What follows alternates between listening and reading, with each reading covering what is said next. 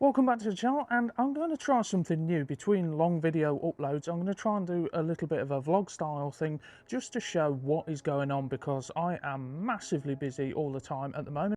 I have the M-oneeleven, a project that a lot of you guys are waiting on content on, but it keeps getting pushed to the back burner because of the daily driver vicious cycle of having to fix one or the other constantly.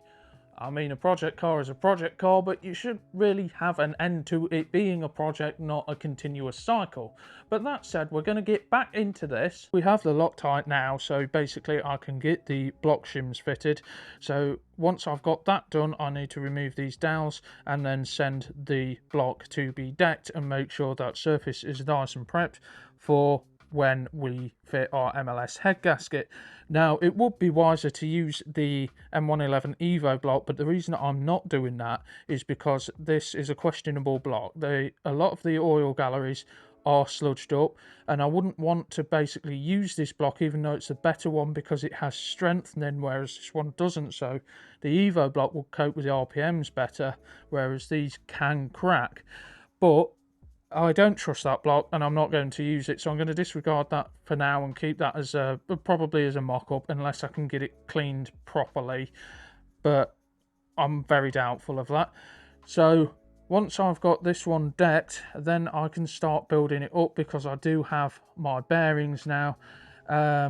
We do have some questions over the piston to deck height on this engine because of using the different rods and a different crank, so there could be some issues down the line with that, but we'll cross that bridge when we come to it. That said, I will still be using this Evo head, and this is the Evo head despite it having a pre-Evo valve cover sat on it. That's just a placeholder at the moment. So I want to use this head because it's better than the pre-Evo head, has better flow, larger ports, should do a better job for making higher power with this engine. Then I have the engine management. In an upcoming video, I'll be trying to answer most of the commonly asked questions about the M-oneeleven engine regarding engine management, what parts we recommend that you use, and how much power is realistic for a real budget build like this. So I'm partway through this Mini Countryman DPF replacement. Basically, the turbo failed.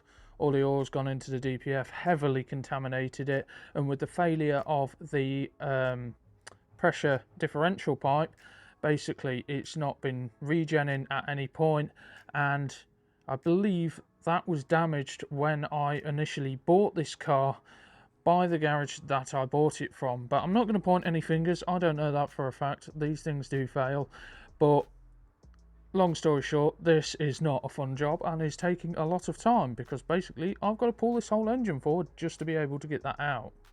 So as you can imagine, that's not the most fun job, and it's taken up quite a bit of my time, but I need to get it done because I've been putting it off for a while now, and it's time to just get on with it. So then there's this, the BMW E36, and yesterday it decided to start making a ominous ticking noise. We pulled all the spark plugs out of that just to compression test it, and all the spark plugs are here. They look uniform, but they do show that the car is running rich. The compression is around 190 psi across all the cylinders, give or take 5 psi, so that's not too bad. But that doesn't mean that the noise that this is making isn't serious. But I'm hoping that this is as simple as lifter tick.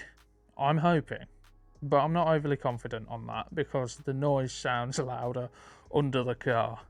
As you can imagine, that's not a great issue to have, but we'll dig into this and diagnose it properly and find out whether it is lifter tick or whether it is rod knock.